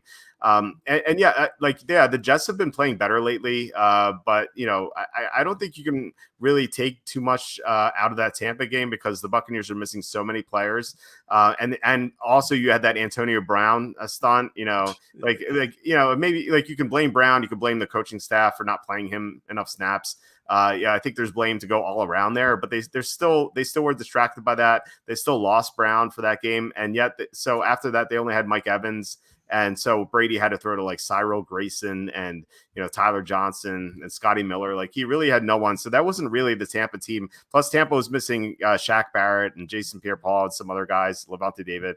So that wasn't really Tampa as we know them. So except for Tampa, the last time the Jets have played a team in the upper half of DVOA, they lost 30-9 to the Saints at home. And I think that this is going to be a sort of similar game. I think the Bills are just going to dominate them in this game. I think the Bills are going to bounce back. Like I said, we get a slight discount, not really meaningful because there are no key numbers. But I feel like the Bills are going to kill the Jets. Like they've destroyed most of the bad teams they played this year, not counting the Jaguars or the Falcons last week. But every other bad team they played this year, they've killed. So I think they're going to do that with the Jets. I feel like this is just going to be like we're going to be looking at this game. It's going to be 34-0 at halftime. It's like, okay, yeah, that's an easy cover. Yeah, you might be right. I don't feel good about being on the Jets here, so I might end up switching because the more you talk about it, the more I like the Bills. So stay tuned for that one. I did not have a strong feeling about the Jets. I don't like these high lines. Last week got burned on a couple. The Patriots high line last week was right though, so maybe this one's another one of those. Yeah, it's interesting though. Like if for example, like if the Bills are minus 13 or 13 and a half, like would you like them here? Because I asked that because like there are no key numbers between 13 and 16. Like, you have 14, which is 2 touchdowns, but like most games don't fall on 14. So like, would you like the Bills at minus 13 or minus 13 and a half? Yes, I would. Yes. So yeah, you make a good point. Yeah, like I feel like that's like the kind of mindset you have to have with these big games. Like, do you think there's a good chance it'll blow out? If not, then I think you take the underdog. But I think there's a good chance it blows out. But if Allen plays like he did last week against Atlanta, then it won't. Remember last year, the Bills' last game of the regular season when they demolished the Dolphins? That's going to make me switch my pick right now. I'm going to go with Bills. Okay. All right. Nice. We heard it live. Okay, yeah. So we were talking about Tom Brady as well. So he comes up in the next game. Panthers at the Buccaneers. This line was Buccaneers -11. It's fallen to 8. I think there's some concern that the Buccaneers don't play the starters. I actually asked you via text on Monday if you thought that, because I thought about locking in the Panthers +8, because if Brady sits, this line is going to plummet to maybe -3 or even less. So with that in mind, who do you like in this game? Yeah, so I like the Buccaneers right now if they play their starters, and I think that they will. And there's two reasons for that.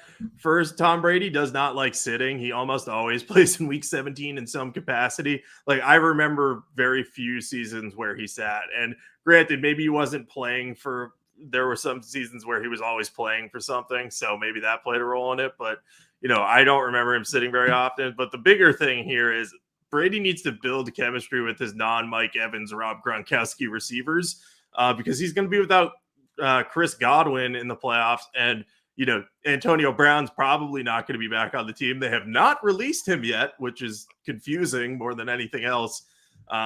So that's something to keep an eye on more than anything. But I think that they're going to want to play, their starting offensive line, and whoever their starting receivers are going to be minus Mike Evans and Rob Gronkowski for at least a half of this game, because I think Brady's going to say to Bruce Arians, be like, I need more reps with Cyril Grayson. I need more reps with Tyler Johnson. I need more reps with Rashad Perryman and Scotty Miller.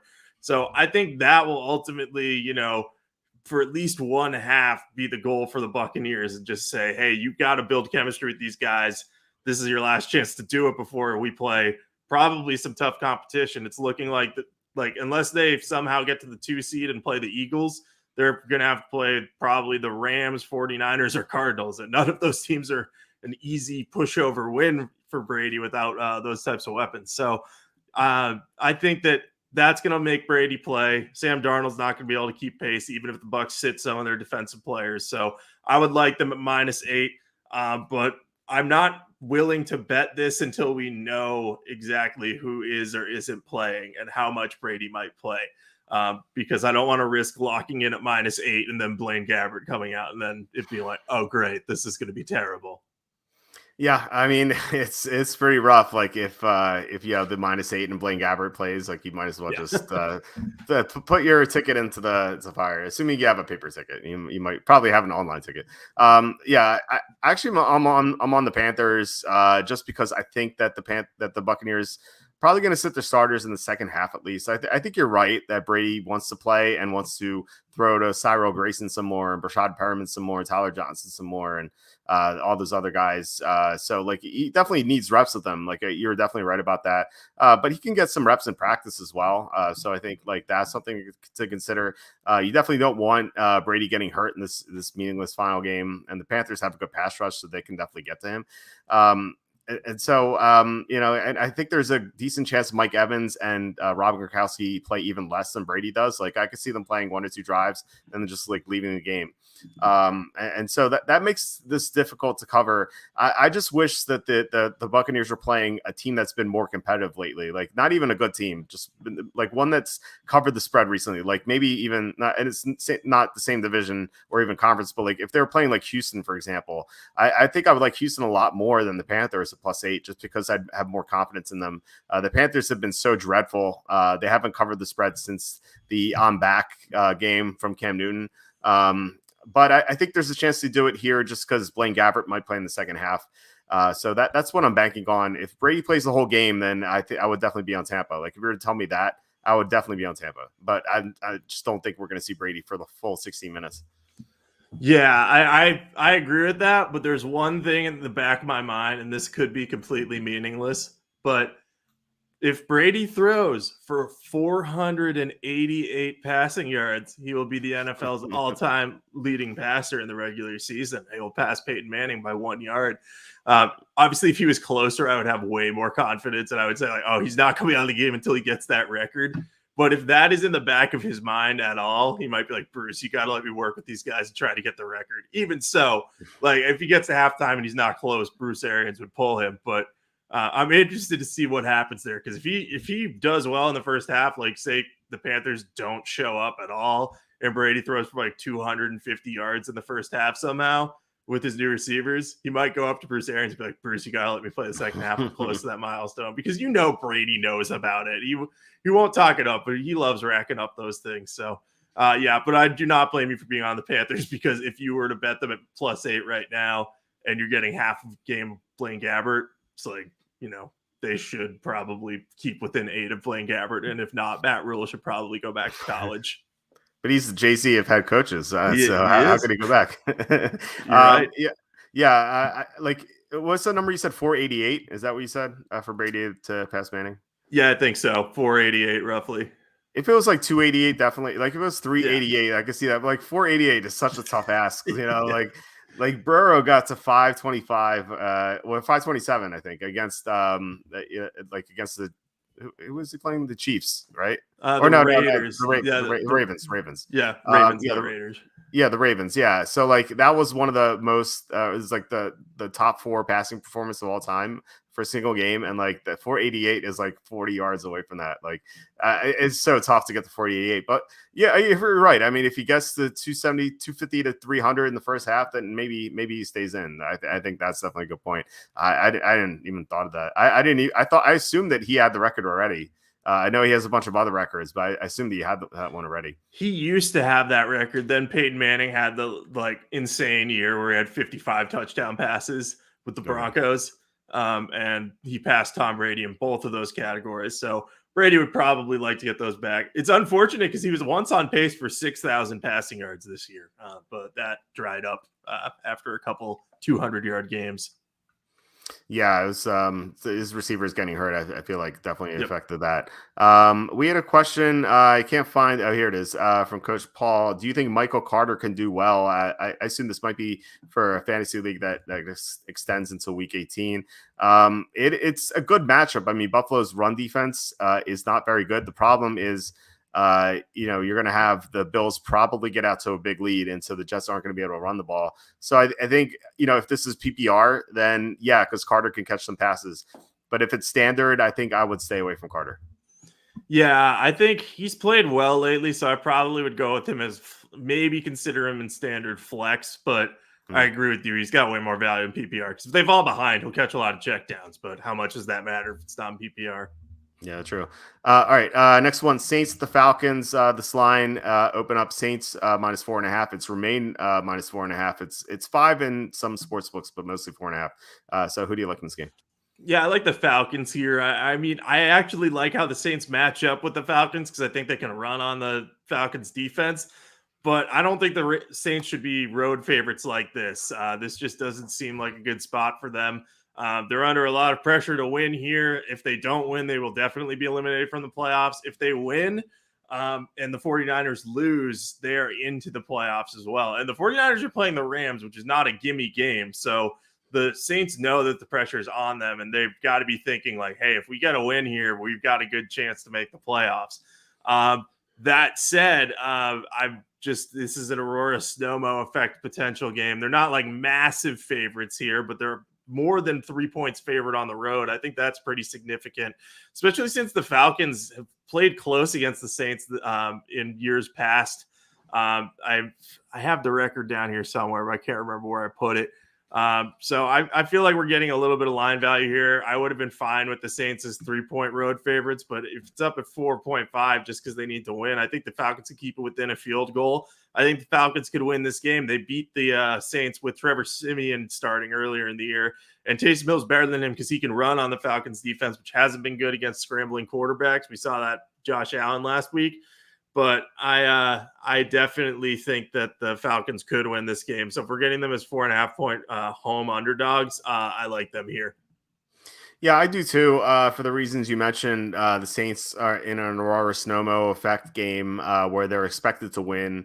Like you said, they're not big favorites, but the public is still betting them to win this game. I feel like no one really wants any part of Atlanta right now. So yeah, I think Atlanta is definitely the right side. I think this line's too high. I made it New Orleans -2. So I think getting 3 and to a lesser extent 4 is pretty important. The one thing I would say though for the Saints is that there's a chance that they may get Ryan Ramczyk and Terran Armstead back. They haven't played at the same time since week 9, and I think that's like it's kind of misleading where like the Saints have had some bad performances, especially offensively. If they get their 2 tackles back, I think that makes them a lot better. And Atlanta's pass rush isn't that good to begin with, and so suddenly I think the Saints offense is going to look a lot better. Their defense is already really good. Although I think Atlanta matches up well against their defense because like the Saints, they take away the number 1 receiver extremely well and they shut down the run. Where you have Atlanta doesn't really run the ball and they don't really have number 1 receiver. So like the Saints really can't take anyone away. Like maybe Russell Gage and I guess Kyle Pitts may qualify as well. But like Matt Ryan still spreads the ball around a lot. So even if the Saints get both tackles back, I think there's a good chance that Atlanta, I think Atlanta covers. But, if you were to tell me only Ryan Ramczyk plays and like Armstead's still out, I think I would like Atlanta a lot more. But it definitely sounds like Ramczyk is going to play. Armstead is the big question mark right now. Yeah, I'm not planning on betting heavily on this game anyway. I got it 0 to 2 units right now. 2 units would be if the tackles were both out. It doesn't sound like that's going to be the case. But yeah, I think they're the right side. Pat's saying that the Falcons are better on the road than home this year. Yeah, I mean, that's true, but they've, over the course of Matt Ryan's career, been much better at home usually. So I think that they can still win at home. And I think home field advantage does matter because the Saints are much better in the Superdome, I think, than they are on the road. Granted, they're playing in another dome, but still. Anyway, yeah, I just think this line's too high. I've said -3. I wouldn't have been surprised by, but I probably would have had it at -2.5. So just a half point higher than you. But yeah, glad we're on the same page on this one. Yeah, and I'm only giving teams 1 point for being at home now. I think home field advantage has just like dissipated, like it doesn't exist anymore. And so even with that in mind, I had the Saints at -2. So I think like I had the Saints 3 points better than Atlanta. Maybe I should be a little lower in Atlanta, maybe higher on New Orleans with the 2 tackles back. That was with the 2 tackles presumably being out. So like maybe I should adjust my number a little bit, but I think it's still a little too high, like you said. So I think Atlanta's definitely the right side. If you were to tell me right now both tackles be out, like if, for example, if Ramczyk gets put on the COVID list, I know it came off, but like if, for example, he gets hurt or something, and he can't play and both tackles are out, Atlanta would be one of my top picks of the week. But like it definitely sounds like Ramczyk's going to play though. Yeah. Okay. All right. Let's move on to the. We have 3 more games. Both these next 2 are in the NFC West. We have the Seahawks at the Cardinals. This line open up Cardinals -6.5. It's popped up to 7 in most sports books. So who do you like in this game? Yeah, I have the Seahawks written down here, and I'm not super into this one right now because I'm not sure the Seahawks are going to try super hard after scoring 51 and sending the Pete Carroll, Russell Wilson era out with a bang win over the Lions. But this line feels a little bit high to me because they might come motivated. They can deny Arizona a division title. They can get revenge for the game they lost at home earlier in the season to Colt McCoy. And, Russell Wilson hasn't had his best season, but he's getting healthier and he's still a very good quarterback. And he actually showed some chemistry with DK Metcalf last week, which had been missing for quite a while. So having him and Tyler Lockett playing well at the end of the season is a good sign. So I think this is a good spot for the Seahawks. The Cardinals, they're fighting for a division title and are heavy favorites. And I think the pressure could get to them a little bit. And I think a lot of people are overreacting to, they beat the Cowboys last week. Like that's a massive win. They're back, like everything. I don't think the Cardinals are back. I think the Cowboys were overrated significantly going into that game. Like the Cowboys are a good team, but they have some weaknesses. And Dak Prescott, had that insane game against Washington, but he had been struggling before that game and he kind of reverted back to I don't want to call it pedestrian because he's been better than that, but he's not been anything more than slightly above average for the second half of the season outside of that Washington game. So I think, if you read too much into that Cardinals win over the Cowboys, then that gets you this slightly inflated line.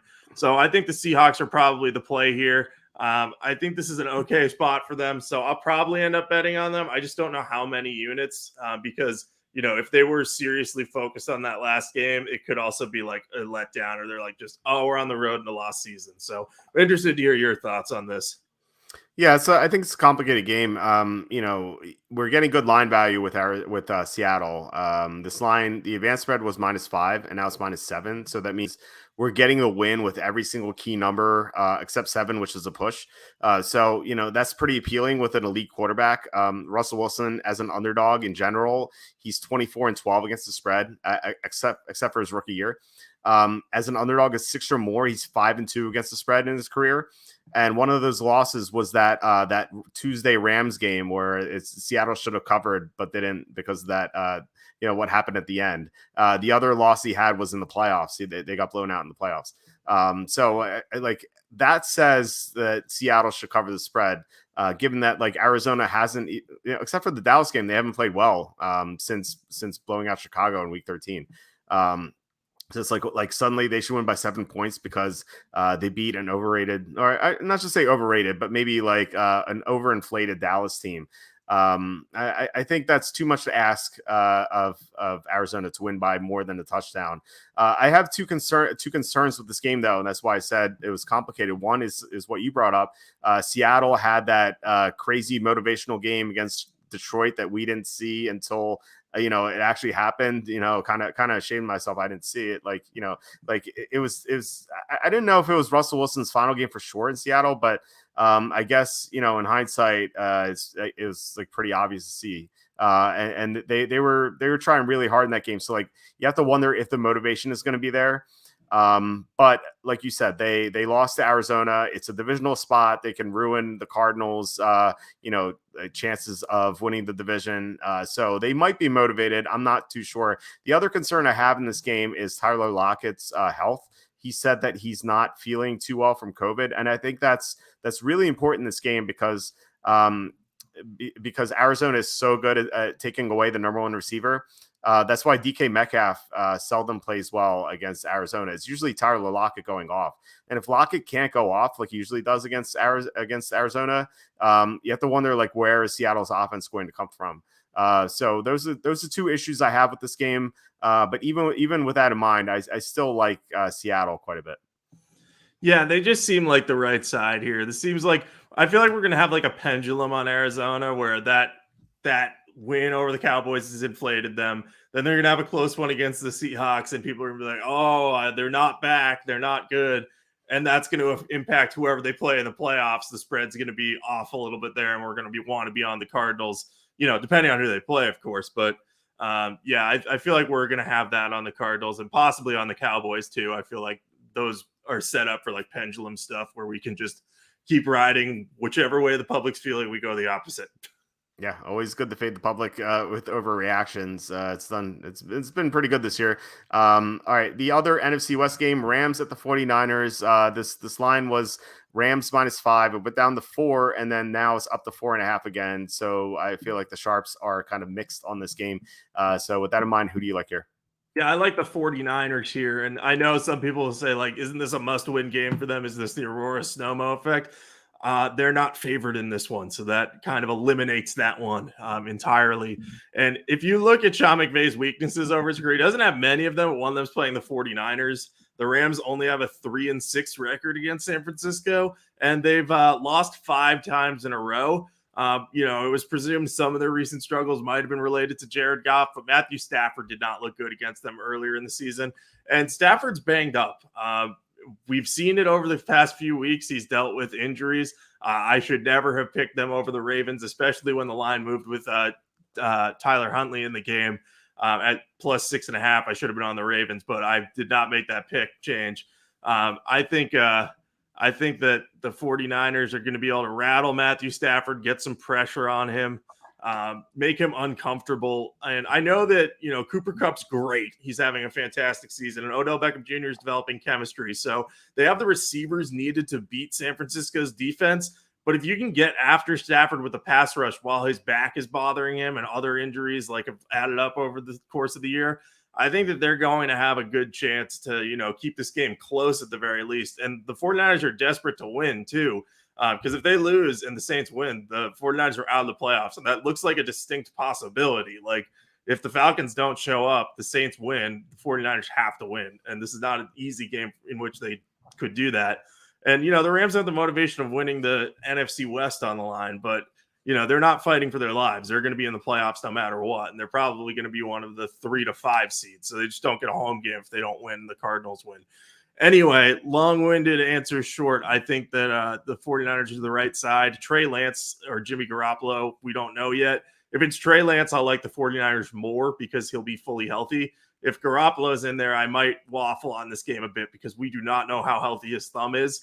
And I truly would not understand why they would put him in if he's anything less than 100%. But Kyle Shanahan said that if Jimmy Garoppolo is healthy, there's no doubt that he'll start over Lance.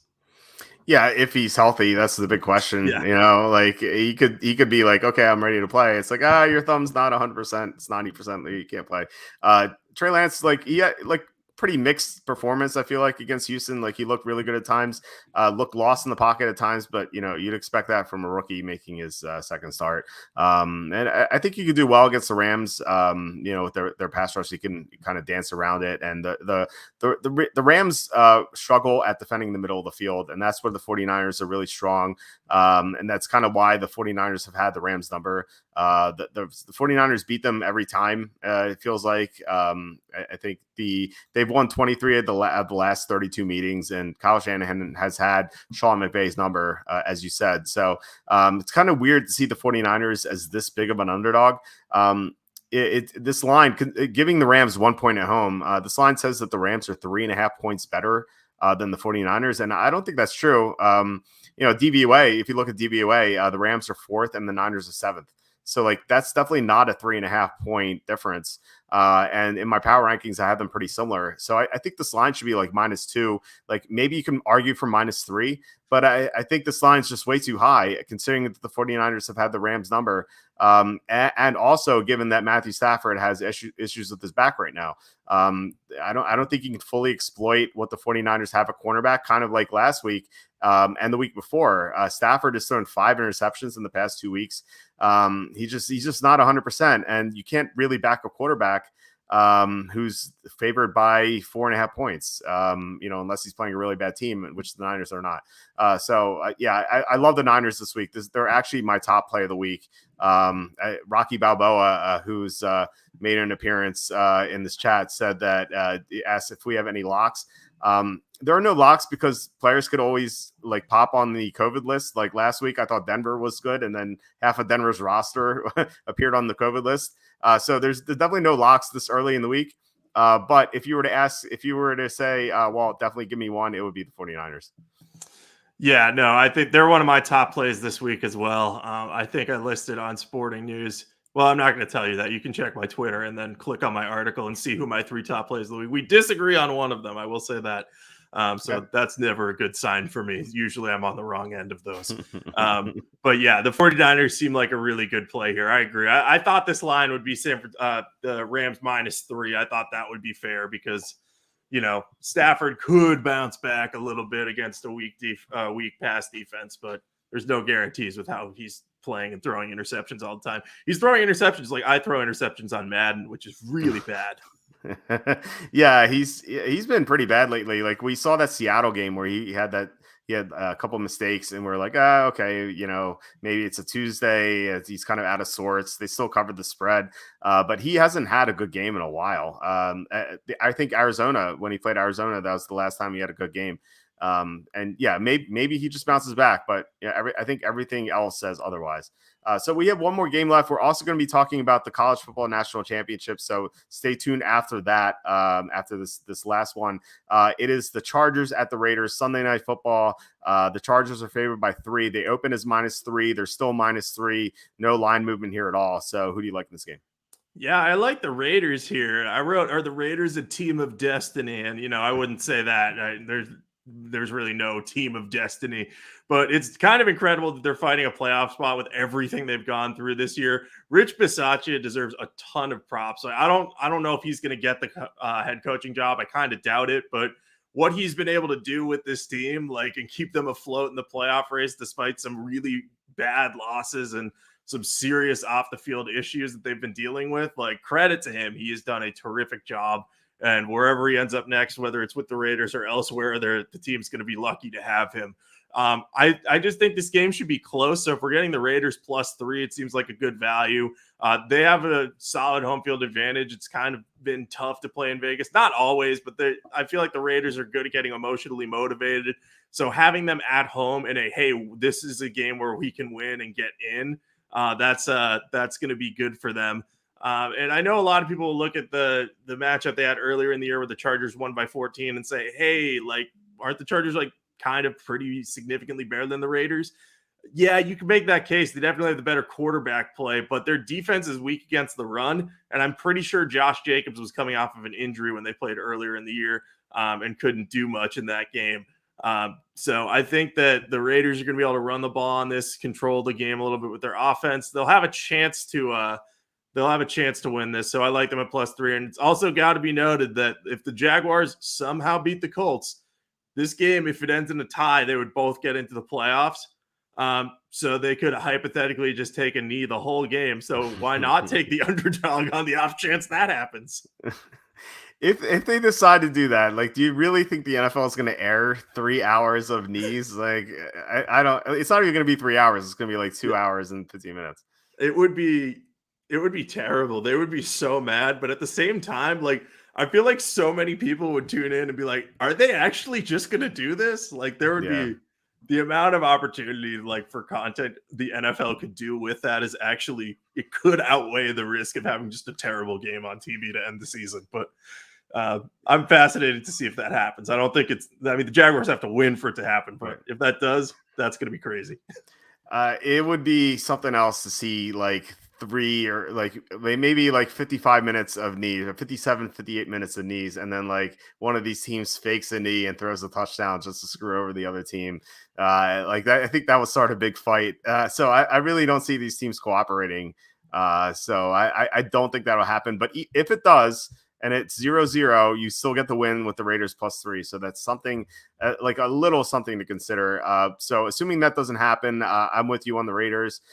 You mentioned how the Chargers are bad against the run. They're also bad against tight ends, and Darren Waller might be back this week. I think that's absolutely enormous because the Cowboys, they've only scored more than 17 points once since Waller got hurt on Thanksgiving. And that was last week against the Colts. So this offense really hasn't functioned. You know, Henry Ruggs obviously being out as well has hurt, but not having Waller is big as well. And having him against the Chargers with their weak tight end pass defense, we saw what Travis Kelce did to them. I feel like Waller could do the same thing. But you know, I think Herbert matches up well against the Raiders as well because Herbert's weaker against teams that blitz, but the Raiders blitz the least frequently in the NFL. So this like Herbert did well against the Raiders back in week 4 on Monday night. So I feel like he's going to have another good game. So I think these teams are kind of like even. I think the Chargers are a little bit better than the Raiders, but they're pretty close. And so I think we're getting decent value with the Raiders at +3. I don't think the Chargers deserve to be 3-point road favorites in this game. And I think the two most likely outcomes in this game are the Chargers winning by 3 and the Raiders winning by 3. So we get the win or the push with the +3. So I like the Raiders here. Yeah, it just seems like a good spot for them. And I'm usually wrong about the Raiders until I figured out the whole emotional motivation thing with them this year. So this seems like a good emotional spot. Yeah. All right, let's get to our survivor picks. We kind of did this beforehand. So these are your picks. I'm not going to read them out for those listening on iTunes. If you're still in Survivor, first of all, congratulations. But second, you can see our picks on YouTube. So who do you like in week 18? Yeah, so somehow I have Kansas City left. I don't know how I pulled that off, but they're playing the Broncos, and they will definitely beat the Broncos. Like, I feel very confident in that. So if I was still even remotely alive in Survivor, I would be very happy to have them this late in the season. Normally, I don't recommend, pocketing the good teams late in the year, but it just so happened that this worked out. And I think I have at least 3 losses on this Survivor card. So probably should use the Chiefs earlier during their win streak, but I'll take them now. They're not going to lose to the Broncos. Yeah, I have 3 losses as well, I think, or maybe 4. But it was looking good until the Bengals played the Jets in week 8. So I'm on Tampa this week. I saved Tampa. I didn't save Tampa. I just happened not to use them by accident, kind of like you with the Chiefs. So, yeah, I mean, even though Blaine Gabbert may play, I still think Tampa is a good pick. So either if you happen to say the Buccaneers or the Chiefs, take one of them. And we had a question earlier, like Colts. People might have the Colts. They're a good pick. Redskins are a good pick. I would definitely take one of them. Real quick teaser here. I'm not sure if you like this one because you like the Dolphins, but I like the Patriots -1 and the Redskins -1 with an asterisk. And that asterisk is that Kadarius Toney is out. If Kadarius Toney plays, I'm going to find another leg because I think there's a decent chance the Giants pull the upset. But if he's out and the Giants once again have no receiving talent, I think the Redskins win pretty easily. On the other hand, I think the Patriots get revenge on the Dolphins, who, like I said, will probably be deflated after they lost. So that's my teaser this week. I very much like the New England -1. I do think they'll win. I just don't think they'll cover. Okay. I'm not allowed to pick against the Patriots winning in my head. So got to root for them the rest of the season anyway. So yeah, I think the -1 there is good. I like -1 on Washington too. I still think they could win even if Kadarius Toney plays, but you could probably get a better line and just wait. Yeah, for sure. All right. The national championship in college football Monday night. It is Georgia versus Alabama, the rematch from the SEC championship. Alabama won that game to get into the playoffs, but here Georgia is favored after they crushed Michigan. I had Alabama to cover against Cincinnati, but I did not have Georgia covering against Michigan. Kind of felt like an idiot right away, and just Georgia just steamrolled them. I did not get to watch these games because I was in the hospital. I should note. So just counting on like what I read from Charlie's recaps and stuff like that. So with that in mind, who do you like in this game? Yeah, I actually bet both Alabama and Georgia, and I parlayed them. So it was a very lucrative Saturday for me. I was happy with that. Yeah, I like Alabama in this one because we're getting +3 with them. If you break down these teams, Georgia is superior. Like, I'm not denying that. Georgia has the better roster outside of quarterback, basically, because Alabama's dealing with some injuries at receiver. Being without John Mechie is huge. You saw the passing game didn't work as well against Cincinnati because Young couldn't rely on him as much, and Jamison Williams had to be more of an intermediate threat as opposed to a significant downfield big play threat. So they're going to have to be able to run the ball on Georgia, which is not easy. But I think, Bryce Young is going to have a better game here because he knows he needs to carry this team, and he has the advantage over Stetson Bennett on Georgia's sideline. And then the other significant advantage, Nick Saban, much better coach than Kirby Smart. I love Kirby. Like, he's a very good college coach, but Nick Saban just has had his number. So I'm willing to trust Saban in this spot. Maybe Georgia ends up winning, but it's not by 3, or it is, and I get the push. So I'm going to side with Alabama. Like, I just don't see a reason to doubt Saban here. And I know that Georgia's defense is better right now, and I know that they probably have the superior roster, but quarterback and head coach matter more than anything else to me in college football. And that feels weird saying as someone who loves the trenches. So I'm going to side with Bama. Yeah, so I think that we're getting good line value with Georgia, even though they're coming off that big win against Michigan. And I feel like this line would be lower if they didn't. So it's kind of weird to say that. But in the SEC championship, Georgia was -6 against Alabama. And now they're only -3. So the 3-point adjustment from the last time these teams played, and John Mechie's out. So it's like, I feel like this is way too much of an adjustment. And I like the point you make about Nick Saban having the coaching edge, I think is definitely a good point. The problem, though, is that Nick Saban doesn't have that like long like break where he gets to game plan against a team.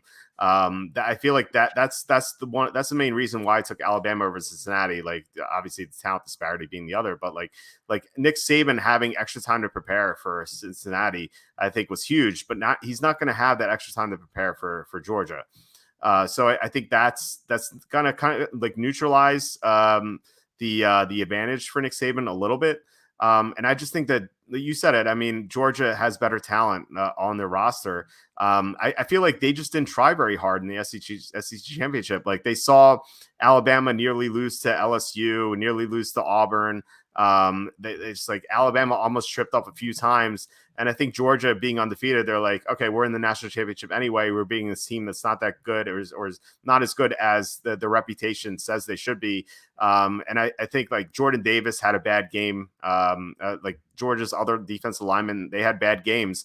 And I think they're going to want to get revenge here and just kind of like kind of show everyone that they're the best team. And they've been the best team in college football all year, even though they're not the one seed in the playoffs. So I like Georgia quite a bit. I think this line is lower than it should be. I think it should still be -6 like it was in the SEC championship. You make a compelling argument, and I won't say anything to contradict it. I'm inherently biased. Alabama was the first school to accept me, so I tend to root for them. I also am a UMass alum, and we have the worst program in the FBS, so I kind of have to root for the best to balance that out. And I also have the Alabama-Clemson rivalry within my family, and I'm still angry at my uncle for saying Dabo Swinney was a better coach than Nick Saban right now 3 Christmases ago. So anytime I get a chance to pull for Saban for a national title, I will do it. But yeah, I think you probably are on the right side of this one in terms of spread and line value, but I will not be able to pick against Alabama as an underdog. Yeah, that makes sense. So, yeah, I mean, Saban as a dog is definitely appealing. And even though I think we're getting good line value, I still wish that Alabama were favored so we can take Georgia as a dog.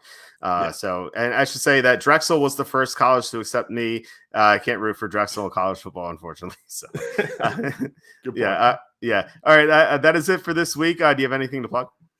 Yeah, you can follow me on Twitter at Jacob Camenker. I will tweet out some of my favorite picks every week. I'll be tweeting out some of my stories from over at Sporting News. We're gearing up for the playoffs. We're going to have a ton of stories. I've got a one that I'm excited to be working on too that I will share more with you when it's published. So be on the lookout for that. I'm doing some work on it tomorrow. And yeah, if you have any questions for me, just feel free to shoot me a message or tweet on Twitter, and I'll do my best to answer and help you out with any betting, fantasy advice you might need. Can't always promise it'll be right, but it will be founded by research. So yeah, feel free to follow me and yeah, check out my work. Yeah, definitely. Looking forward to seeing that what you have coming up, and also the 3 plays where you have one big disagreement with me. So that I think that'll be interesting to see. So definitely check out Jacob's work. I'm at walterfootball.com. Plenty of draft content coming up. The draft season starts in about 5 days or so. So yeah, it's crazy how fast the season has gone, even though the season feels like it's lasted 3 years. Like it's a weird thing where, some things feel like so far away, but at the same time, it's like, oh, the season's over already. It's a weird experience, and we have the draft coming up. We have the Senior Bowl, like the East-West Shrine Game, stuff like that. Charlie's going to be covering all of that, plus the combine, and then free agency. We're going to be grading every free agency signing, and also mock drafts. We have 2022 and 2023 mock drafts. The 2022 one was updated this morning, so check all that out. And plus, we're going to have picks against the spread for the playoffs. So we're going to be back next week to talk about those 6 games, of course. So yeah, I'm looking forward to the handicapping in the playoffs with you. Happy New Year to everyone. And thanks once again to everyone saying congratulations. It was definitely a crazy time at the hospital. I'm going to have a Jerks of the Week entries, I should say, on it. So looking forward to writing about that. So again, thanks everyone. And I will talk to you next week. All right. Sounds good. Talk to you then. All right. Bye.